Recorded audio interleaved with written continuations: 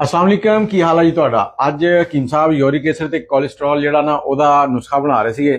चीज़ां आईयां सीगियां मैं कि हकीम साहब जरा इधर वीडियो च ही दसो। हाँ जी हकीम साहब जी ते चार चीज़ां साडे नुस्खे शामिल है। पहले भी तुहानूं दस्सिया होया है। ਇਹ ਦੋਨੋਂ ਇੱਕੋ ਜਿਹੀਆਂ ਹੀ ਆ। नहीं दोनों इक्को जिहा नहीं है। ये चार चीज़ां नुस्खे दे विच बल्कि पंज या पंजवीं चीज़ जिहड़ी है वो बाद च इस्तेमाल होंदी है। प्रॉपर नुस्खा मैं तुहाडे नाल पहले भी शेयर कीता ते अज दोबारा शेयर कर दिंदे आ। नंबर 1 ते मुसब्बर है, एलवा भी कहंदे इहनूं, ते सुरंजन शीरी आ, ते नाल हरमल दे बी आ, ते सुंड आ। ये चारों चीज़ां हम वजन लैणियां। मिसाल ये थोड़ियां थोड़ियां मैं कढ के रखियां तुहानूं समझाउण वास्ते। मिसाल के तौर पर तुसीं ये लै लो 100 ग्राम या 50 ग्राम ले लो, तुहाडी मर्जी है, ठीक है। ते इहदे विच एलोवेरा दा जिहड़ा गुद्दा हुंदा है ना, फ्रैश गुद्दा, वो तुसीं लै के इहदे विच अच्छे तरीके नाल मिक्स कर देना। पाउडर बना के ते इहनूं मिक्स कर देना। इतना एलोवेरा दा जैल विच पाना कि जिवें आटा नहीं आपां गुन्नी दा ते आटा हार्ड हो जांदा, इस तरीके नाल। अच्छा, उस तो बाद चाहे तो तुसीं इहदी गोलियां बना लो।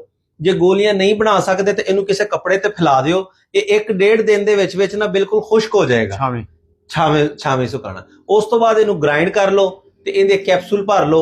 एक कैप्सूल सुबह 500 मिलीग्राम वाला ते एक कैप्सूल शाम नूं इस्तेमाल करो। इंशाअल्लाह अजीज 1 महीने दे विच यूरिक एसिड ऐ चुटकी तरह निकल जाएगा ते कोलेस्ट्रॉल भी जिहड़ा है वो भी नॉर्मल हो जाएगा। बहुत बेहतरीन ते मुजर्रब चीज़ है, इहनूं जरूर बना के इस्तेमाल करो। अपने दवाखाने ते हुंदा है? बिल्कुल, साडे दवाखाने ते अलहमदुलिल्लाह तैयार हुंदा रहिंदा। यूरिक ऐप असीं इहदा नाम रखिया होया कैप्सूल दा। 60 कैप्सूल दा पैक हुंदा ते नुस्खा तुहानूं दसदा आ। ते अगर तुसीं मंगवाना है ते 1500 रुपया प्राइस है इहदी। 1 महीने दा पैक है, डिलीवरी फ्री है, ठीक है जी।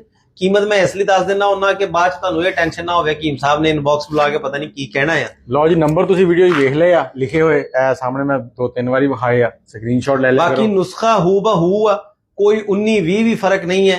आप बनाना चाहो बनाओ 100 बिस्मिल्लाह, जे नहीं बनदा ते तुसीं मंगवा सकते। ਤੇ ਮੈਨੂੰ ਇਜਾਜ਼ਤ ਦਿਓ ਤੇ ਹਕੀਮ ਸਾਹਿਬ ਨੂੰ ਵੀ ਇਜਾਜ਼ਤ ਦਿਓ ਤੇ ਕਮੈਂਟ 'ਚ ਆਪਣੀ ਰਾਏ ਲਿਖ ਦਿਆ ਕਰੋ ਤੇ ਵੀਡੀਓ ਸ਼ੇਅਰ ਕਰ ਦਿਆ ਕਰੋ।